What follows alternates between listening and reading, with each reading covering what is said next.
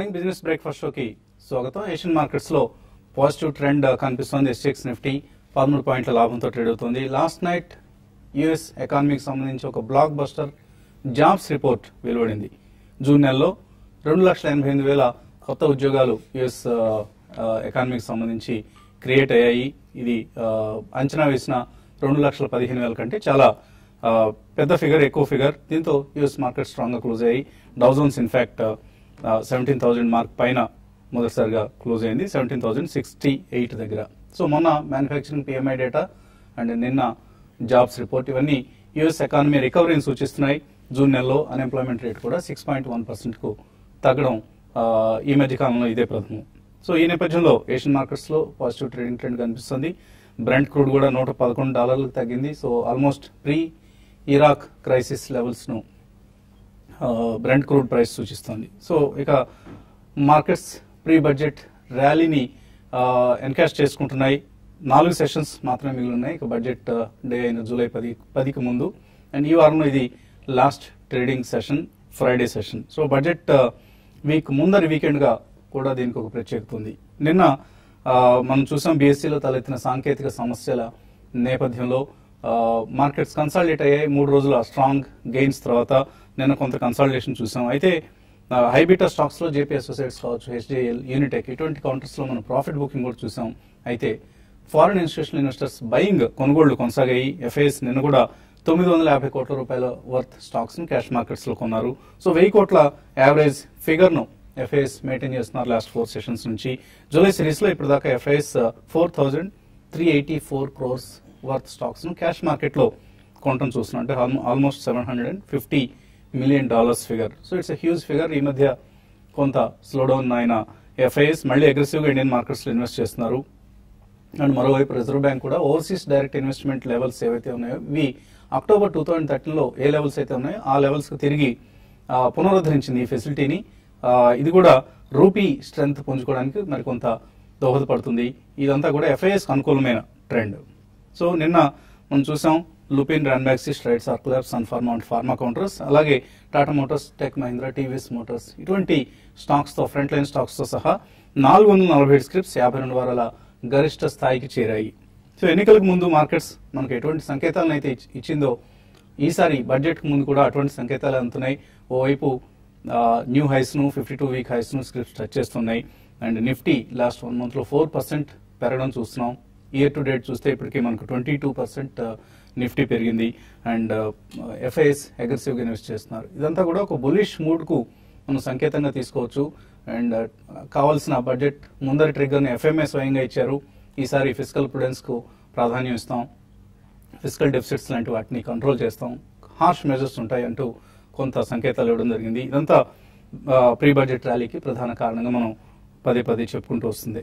ఇక మార్కెట్స్ పరిస్థితి గురించి మాట్లాడేందుకు మనతో ఎనలిస్ట్ ముగ్గురు సిద్ధంగా ఉన్నారు. ఇన్ఫాక్ట్ ఇవాళ మన రెగ్యులర్ ఎనలిస్ట్ బాలసుబ్రహ్మణ్యం గారు, శేషు గారితో పాటు గరిమెళ్ల రమణమూర్తి గారు, కొత్త ఎనలిస్ట్, బాంబేలో ఉంటారు ఆయన పరిచయం కూడా చేసుకుందాం. సో ముందుగా బాలా గారు, ఇటువంటి నిన్నటి కన్సాలిడేషన్ మనకు ఆల్మోస్ట్ 3 రోజుల ఎప్రిసియేషన్ తర్వాత కన్సాలిడేట్ అయ్యాయి నిన్న మార్కెట్స్. 7700 లెవెల్ దగ్గర మళ్ళీ నిఫ్టీ యథావిధిగా రెసిస్టెన్స్ ఫేస్ చేస్తుంది.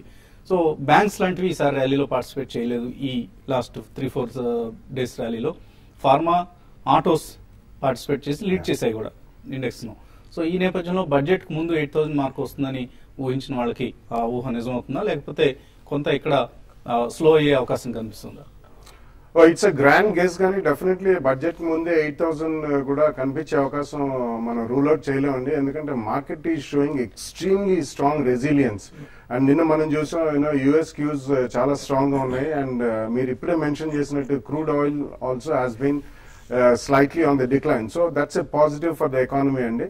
మనకి ఇప్పుడు ఓన్లీ లోపించింది ఒక్కటే ఒక ఫ్యాక్టర్ అని చెప్పండి, వరుణుడి కరుణ. అదొక్కటి మాత్రం మనకి నెక్స్ట్ వీక్ యాజ్ IMD వాళ్ళు ఇచ్చిన డేటా ప్రకారం July 1st week to 10th 15th లోపల ఐ థింక్ విస్తారంగా వానలు కురుస్తాయి దేశవ్యాప్తంగానే వాళ్ళు చెప్పడం జరిగింది. ఒకవేళ అటువంటిది జరిగితే మాత్రం definitely post budget again the market will be on fire అండి. But before budget only I think there is a strong chance that the market may visit 8,000 on the Nifty అని కూడా చెప్పచ్చండి. సో ఈ కారణం వలన మనకి external cues are positive. Oil front లో everything is fine. FM and even prime minister గారు ఎక్కువ చెప్పకపోయినా ఫైనాన్స్ మినిస్టర్ గారు is being making a lot of noise about prudence will be given importance over politics అని చెప్పి. Number 3 and నిన్న మనకి జిఎస్టీలో I think they made a very good progress అండి. ఎందుకంటే నిన్న నిర్మలా సీతారామన్ గారు and also the finance minister గారు completely state wide different states కి ఏవైతే ప్రాబ్లమ్స్ ఉన్నాయో అవన్నీ కూడా సార్ట్ అవుట్ చేసి ప్రాబబ్లీ రోడ్ మ్యాప్ ఎలా ఉంటుంది అనేది పాలసీ డెసిషన్ అనేది they will spell in the budget అనే సూచనలు మనకి చాలా స్ట్రాంగ్ గా కనిపిస్తుంది. I think all these things market really loves it అండి. It's music to the ears for the market. So, ee karanam mulana, I think there's not a major weakness before the budget also. Probably we only have a few more trading sessions. Definitely, in my opinion, it may touch 8,000. Post-budget, okali lopala vaanal matram vistaranga kuriste. Definitely, it will be on fire.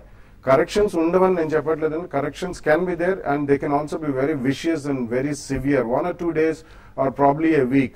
But in my opinion, definitely market is getting stronger by the day.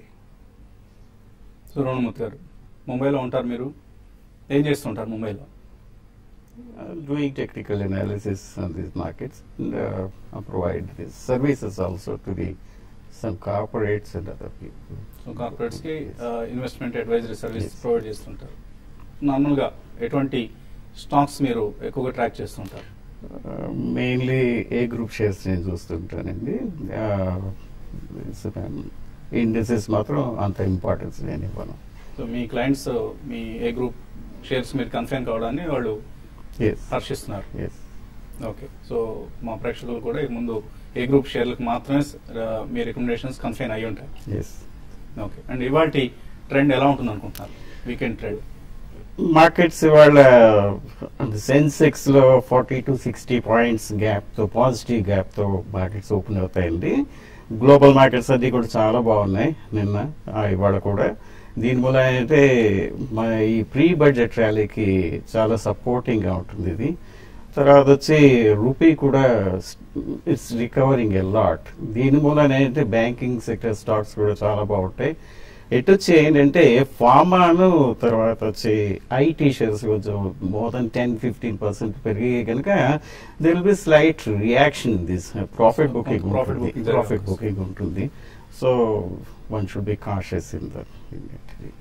Markets are going to close with మీరు waiting recommend చేస్తారు traders కోసం ఎటువంటి position? I recommend Glenmark for this day trading. Like Glenmark 605, 612 entry చేసుకుంటే 635, 650 దగ్గర safely they can unload also. News కూడా మనకు markets లో ఉంది. హ్యూమన్ ట్రయల్స్ కి ఎంటర్ అయిన వాళ్ళ కొత్త మాలిక్యూల్ ఏదైతే ఉందో ఇది మాత్రం 595, 596 లో కంపల్సరీగా ఉంచుకోవడం మంచిదండి. ఓకే, ఈవెన్ లాంగ్ టర్మ్ కోసం కూడా గ్లెన్మార్క్ గుడ్ కౌంటర్ అంటారు.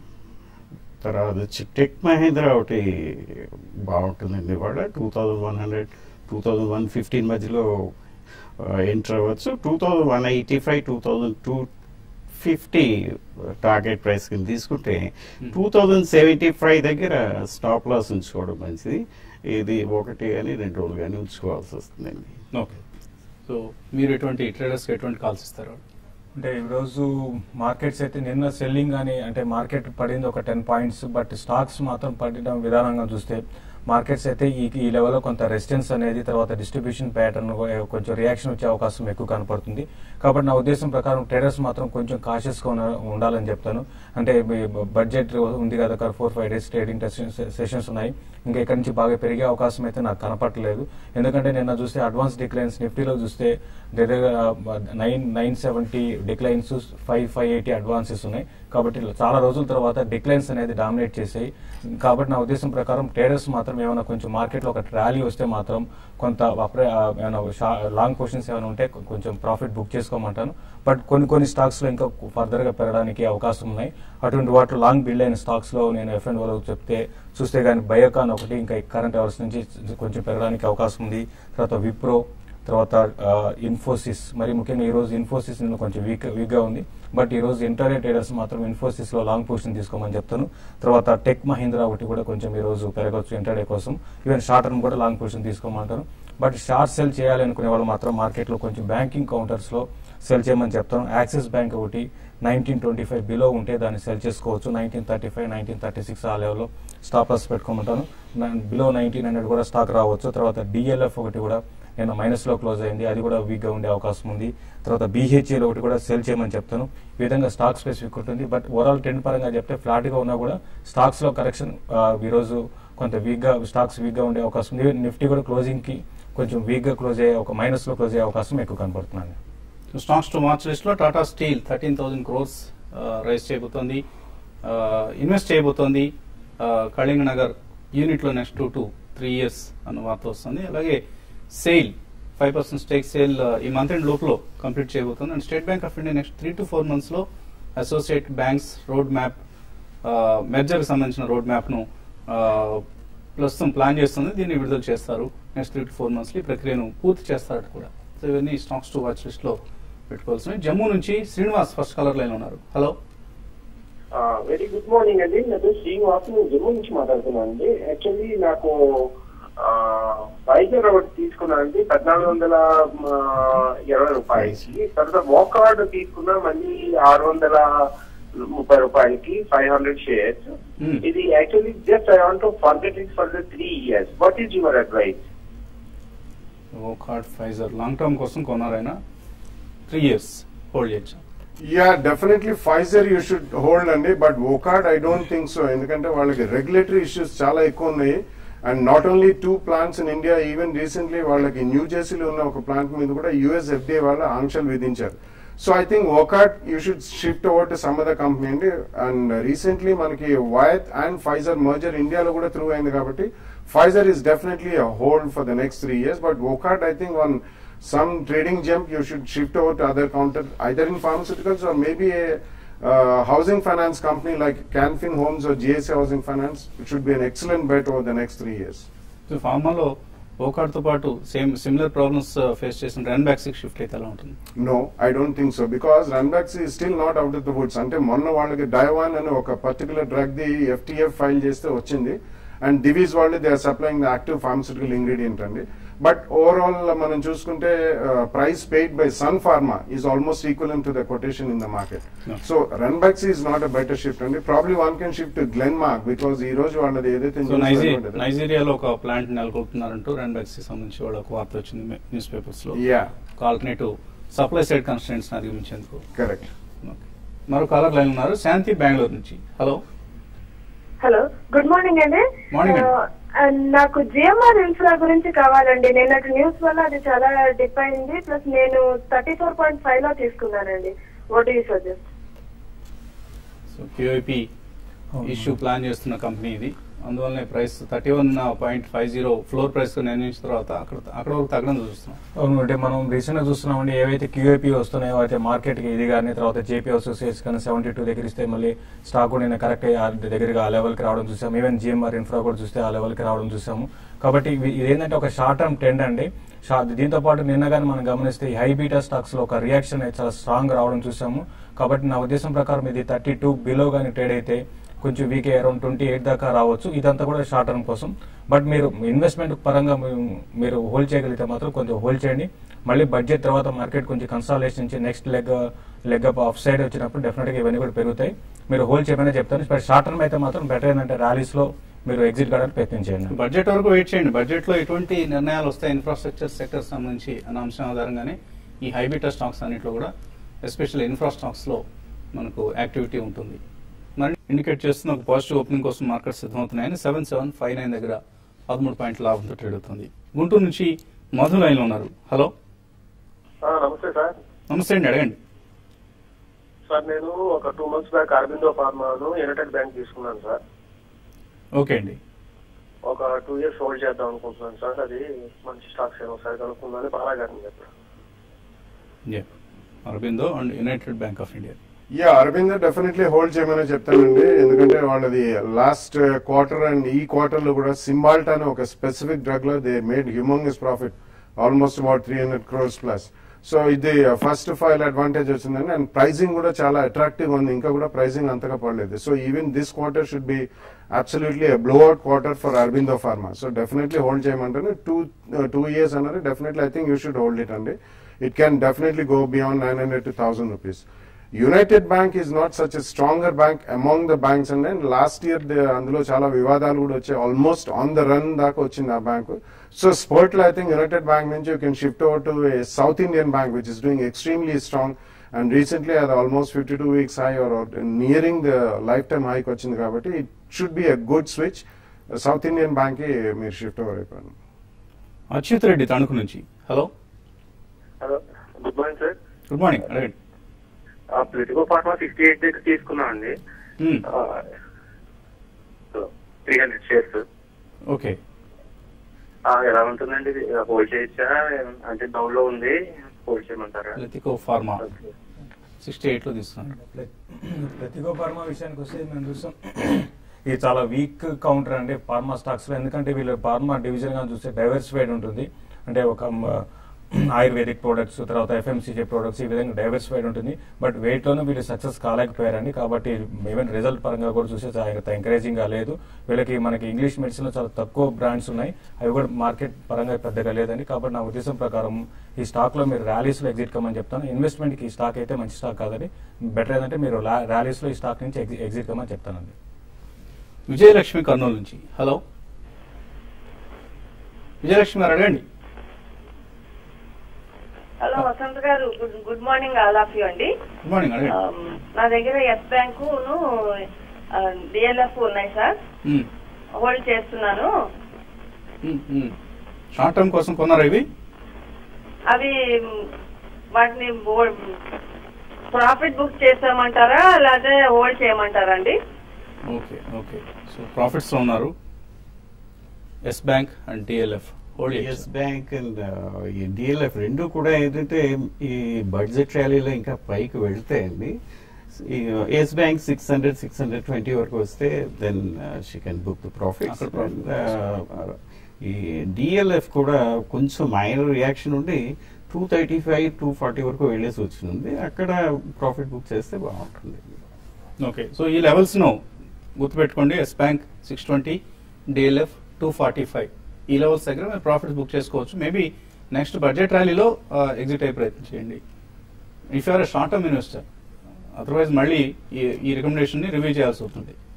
అలాగే ఈమెయిల్స్ కూడా వచ్చాయి మనకు. ఈమెయిల్స్ లో భవ్య అడుగుతున్నారు, జేపీ అసోసియేట్స్ హెచ్డిఐఎల్ జేపీ 7750 లో కొన్నారు, అలాగే హెచ్డిఐఎల్ 102.75 లో కొన్నారు. ఏం చేయాలి ఇప్పుడు? రెండు కూడా ఏంటంటే ఇప్పుడు కరెంట్ లెవెల్స్ నుంచి హెచ్డిఎల్ అయితే కొంత స్ట్రాంగ్ ఉన్నా కూడా కొంత వీక్ కావడానికి అవకాశం ఉందని. కాబట్టి మీరు షార్ట్ టర్మ్ ట్రేడ్ అయితే మాత్రం హెచ్డిఎల్ నుంచి మీరు ఎగ్జిట్ కమ్మని చెప్తాను. అయితే రీసెంట్ గా కొంత సిటీ గ్రూప్ ఇందులో స్టేక్ తీసుకోవడం కొంచెం పాజిటివ్ ఉంది, బట్ స్టాక్ అయితే పెద్దగా పెరగకపోవచ్చు అండి. ఈవెన్ జేపీ అసోసియేట్స్ మనం చూసాం, క్యూఏపీ 72 ప్రైస్ నిర్ణయించారు, అయితే దాదాపు స్టాక్ అక్కడికి వచ్చింది. కాబట్టి ఇవన్నీ కూడా క్యూఏపీ అనే స్టాక్స్ అన్ని కూడా హై నుంచి కరెక్ట్ అవుతున్నాయి. కాబట్టి ఇది కూడా 72 కానీ బ్రేక్ అయిందంటే కొంచెం వీక్ కావడానికి అవకాశం ఉంటుంది. రెండు కూడా షార్ట్ టర్మ్ ట్రేడర్స్ అయితే మాత్రం మీరు ఎగ్జిట్ కమ్మని చెప్తానండి. నరసాపురం నుంచి సూరిబాబు. హలో. నమస్తే అండి బాలాగారు. మేము వీనస్ రెమెడీస్ ని 290 లో ఇంచుమించు 4 years 5 years బ్యాక్ కొన్నా అండి. నా రేట్ వచ్చినా అమ్ముకోలేకపోయాను. హోల్డ్ చేయొచ్చా? అన్ని ఫార్మాలు పెరుగుతున్నాయి కానీ ఫార్మా పెరగట్లేదు. అలాగే పటేల్ ఇంజనీరింగ్ ఈ రేట్ లో తీసుకోవచ్చా? లేకపోతే ఎందులోకైనా ఈ వీనస్ అమ్మేసి మారమంటారా? Yeah, basically Venus Remedies I think currently మీరు హోల్డ్ చేయమని చెప్తాను. ఎందుకంటే రీసెంట్లీ వాళ్ళకి 1 or 2 స్పెసిఫిక్ వ్యాక్సిన్స్, అంటే గత కాలంలో తయారు చేసిన యాంటీబయాటిక్స్ అబౌట్ 2-3 decades బ్యాక్ అనే they are not working. So Venus Remedies is coming out with a new version of vaccines అండి. అంటే క్వినలోన్స్ ఇవన్నీ కూడా అంటే హైలీ స్పెసిఫిక్ జాగన్ అయినా కానీ I think they are definitely on the right path. Currently మాత్రం హోల్డ్ చేయమని చెప్తాను. Patel engineering is also a niche company in terms of infrastructure. అంటే వాళ్ళకి కొద్దిగా ఈ టనలింగ్ ప్రాజెక్ట్స్ కానివ్వండి, some very high level turnkey engineering projects లో వాళ్ళు చాలా నిష్ దాంట్లో ఉన్నారు. సో పటేల్ ఆల్రెడీ కొంటే మాత్రం ఉంచండి. అడిషనల్ గా మీరు ఏదైనా వేరే సజెస్ట్ చేయగలరండి in case you want take a bet. Housing finance companies definitely GIC housing finance or Dewan housing or Canfin homes, ఇటువంటి వాటిలో ఏదో ఒక దాంట్లో you can take exposure. DQ entertainments 35 rupees లో కొన్నారు ప్రసన్న కుమార్. ఎలా ఉంటుంది రాబోయే రోజుల్లో డీక్యూ పెర్ఫార్మెన్స్ ఎలా ఉండొచ్చు? It's not a great idea to be in that company అండి. ఎందుకంటే though they make all this animation and graphics sort of a thing, I think corporate governance issues చాలా ఉన్నాయి. I think you can definitely shift over to prime focus అండి. నిన్న మనం చూసాం even stake కూడా Reliance Anil Ambani group వాళ్ళు తీసుకున్నారు. That's one of the finest companies, and going forward it's going to shape up as one of the best companies in the world, not only in India. So prime focus should be a good switch for you. India bull securities 90 రూపీస్లో కొన్నారు సురేష్. అలాగే hotel లీలా 72 రూపాయలు ఉన్నాయి. ఆ లెవెల్స్కి మళ్ళీ వస్తాయి ఇవి. India bulls అయితే మనకి మనం చూసాం 98 నుంచి నిన్న కొంచెం రియాక్షన్ చూసామండి.